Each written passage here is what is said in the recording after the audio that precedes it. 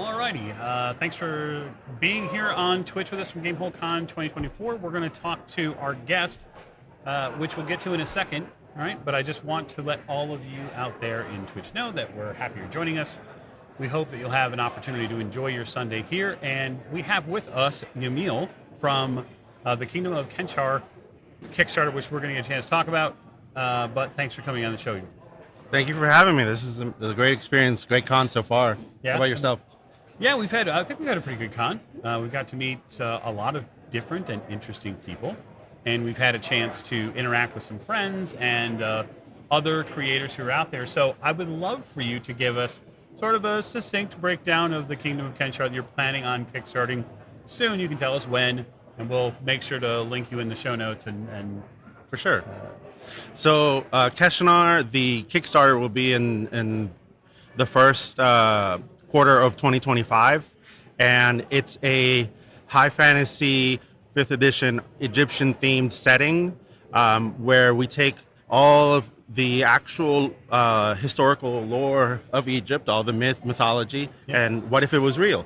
And what if 3,000 years of real Osiris, real Anubis, all the monsters from the Egyptian lore were roaming around, and how would that change Egypt as a whole? It's not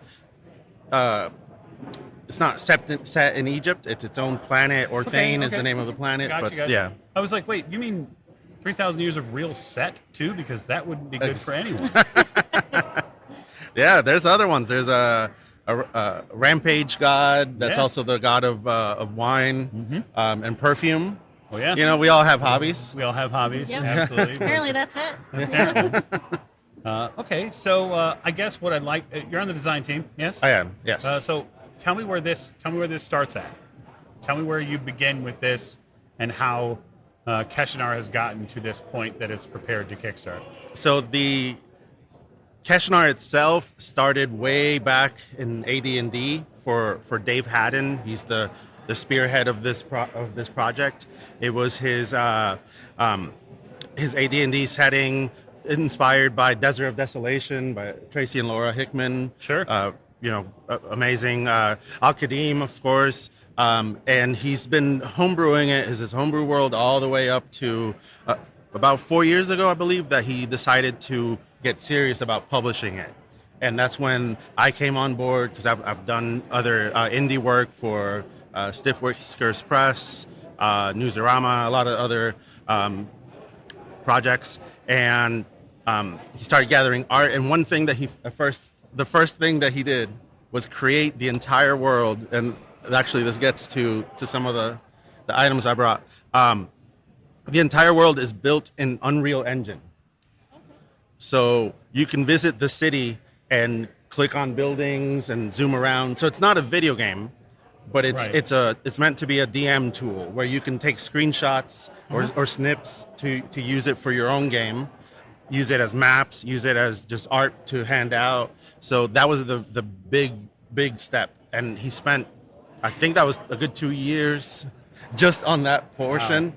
And it's amazing. And you can, if you back the Kickstarter, I believe you get access to it immediately. It's not behind any kind of paywall in addition. Good. So that's important. So because our community is really supportive of artists, tell us the position as far as generative tools go. Yeah, so we do not use AI tools like this. It's digital. Certainly. So it looks video gamey, but it's not AI. And we make sure that we get processed pictures, we get the right files to ensure that we're supporting real artists and real art. Good. Super important for our community, and super important for artists who support our community. And we get I think the really important part of this is that real artists inspire other creators to create things. And when we allow a software coding to get in the way of that, it takes a portion of what's really important out of it. Right. And it means that people who do art have a harder time supporting themselves, and that means we see less art. And that's not the world I want to live in. Absolutely. So it's going to kickstart here, Q1 2025? Right, that's right. Okay. So let me take you down a question path I have, and, Okay. and I don't know if your cohort who's off camera here, Emily, mentioned, but the show doesn't play any games that play with the 5e engine at all. That's not our bag, and that's okay. It's perfectly fine.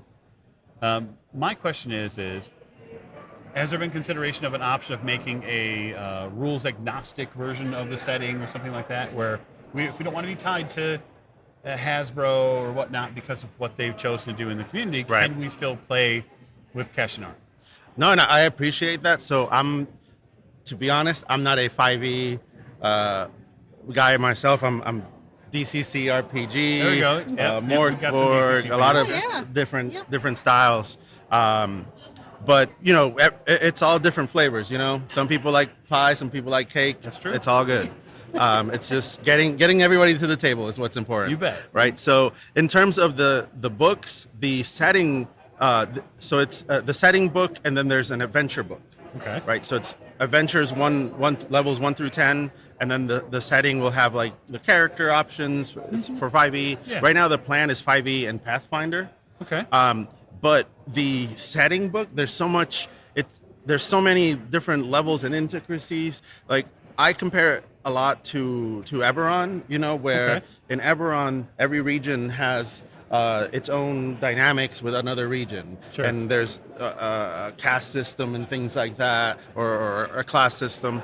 So I think you can take just the that portion of it, of the setting book, and use it in any rule set. Okay. And there is discussion for a system neutral product. Yeah, or even looking at other systems to be able to use, even if it's system agnostic, and you present the setting to the backers and say, listen, you can take anything you want out of this and utilize it with your own stats and other systems. I think it provides an additional outlet and additional pass, and also an additional reason to back it. Right. So Absolutely. that's super cool. What other art pieces did you bring for us to take a look at? Let me see if I have some of my favorites.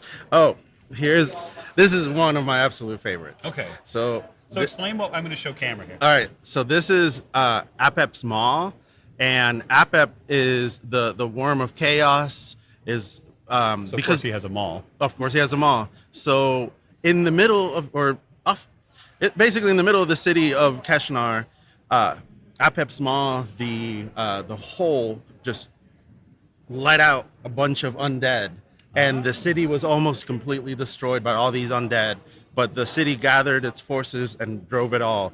And as you saw in the image, there's a nice little fence around it to prevent it from happening Yeah, or sure. happening again.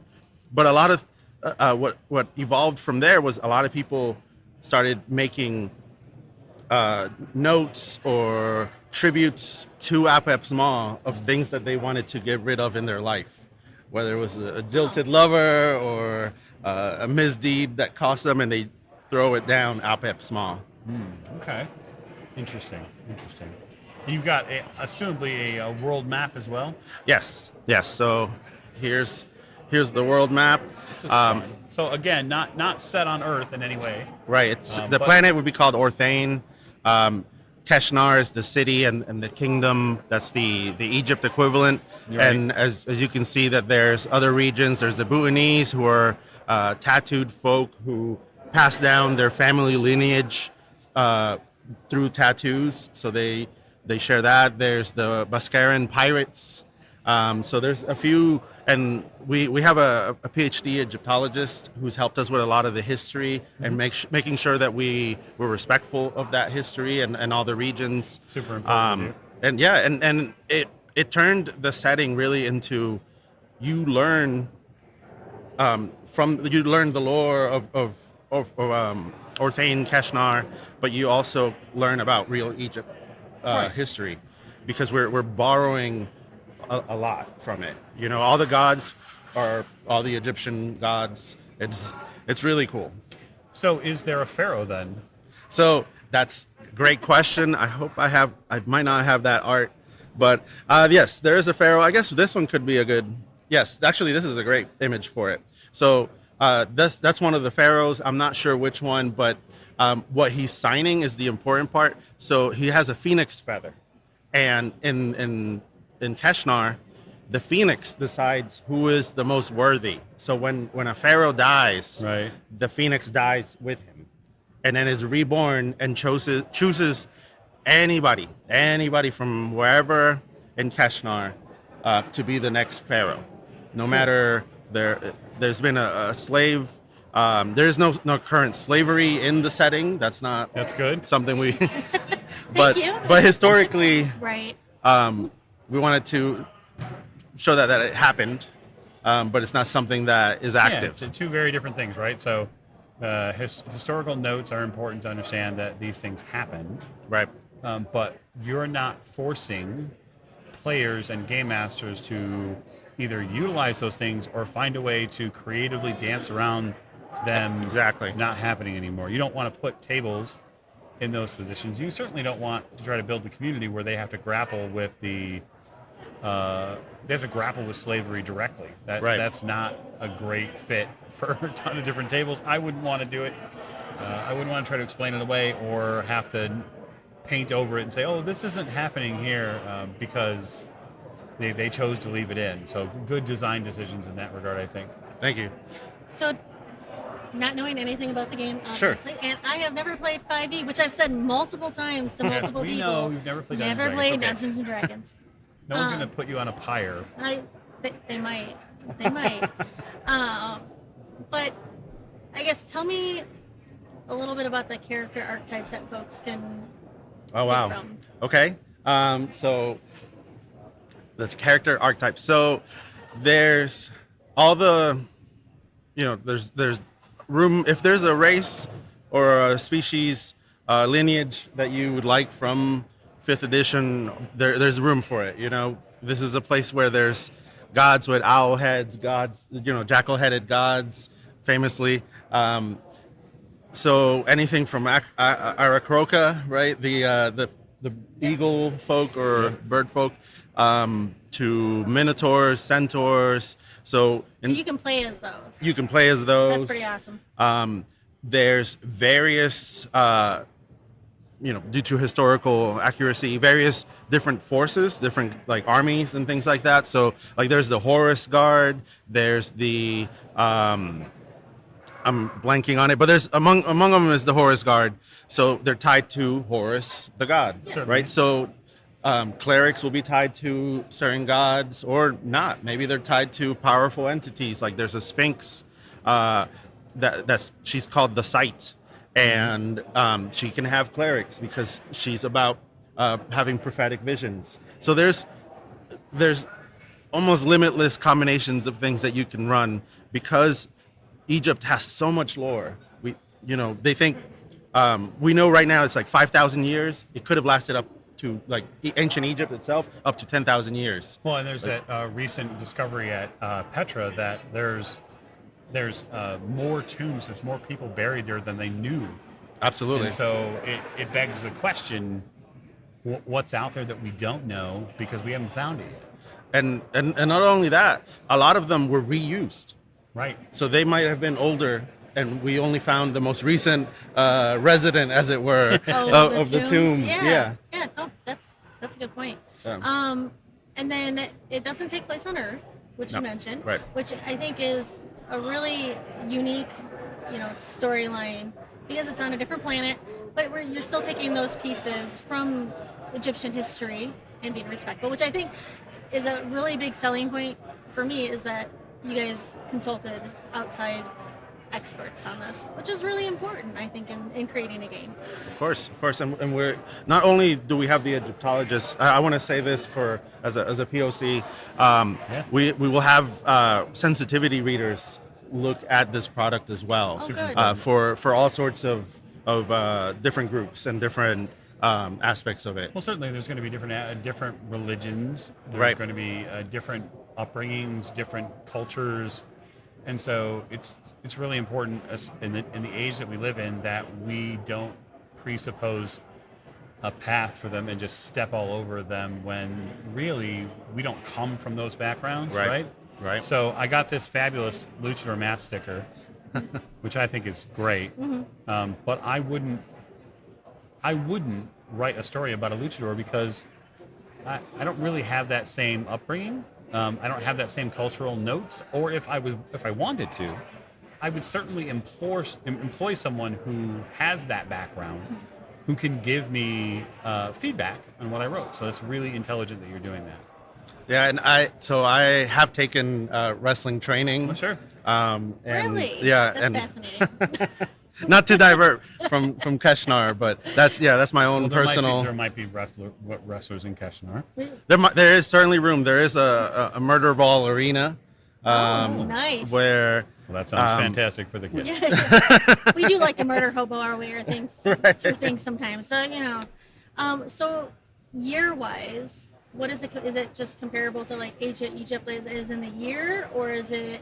Because you said like 3,000 years. 5,000. 5,000 years. Sorry. Oh yeah, 3,000 years for yes. Okay. Yes. And so, comparable to what year on Earth? That's a very good question. I'm not sure we've picked out a certain year. Like, do they have technology? Like, do they have any modern technology? Or is it all like no old school? You're using like carts to push your rocks up and stuff like that. Well, so there's probably magic. Yeah. So yeah, it's very much the magic is powering a lot of the technology. Like there's street lights, but they're using soul stones. Okay. So and it's something that has to be mined and created. So it's very much magic powered. There's some of the pharaohs have like hovering tombs and palaces. Okay. You can actually see it in these pieces of art there. Cool. So there's a mix of magical technology, but not like you're still like scimitars and you're not calling somebody on your cell phone like right, exactly. Okay. And there's a lot of the military that it's actually undead skeletons. Nice. And can you play as one of those? I don't think they have intelligence. So shame. Or might be wisdom. One of those that they lack. No, that sounds really. I think that's really great. The whole they're a little more advanced. Obviously, we don't use magic here on Earth in the real world. Right. Or maybe we do. Maybe we just don't know about it. But I like that they, the street lamps with the soul stones, and I think it's a great mixture of, ancient Egypt, and they're utilizing what the capabilities they have with magic. And I think from a game design perspective, to piggyback would be, this is a utopia, and you're trying to keep it a utopia. You're in that delicate balance of don't let it fail. Like things are going well. Let's not, because a lot of settings go with the backwards approach, right? Like something bad happened and now we're reacting to it, right? Well, we're fearing something dark is coming to Keshanar. Okay. Let's prevent it. I love it. Okay, so for the folks who are watching and folks who will see it on video on demand later, if they want to learn more about Keshanar, where do they need to go? So we're all over social media, Instagram, Facebook, but the main hub would be Keshanar.com. Okay. If you catch us at a convention, we're going to be at Gamehole Con next year. We're going to be at a lot of your favorite conventions, so hit us up. Great. Well, I appreciate you coming in and talking to me. Thank you. Have a great day and good luck with the rest of the show. Thank you so much.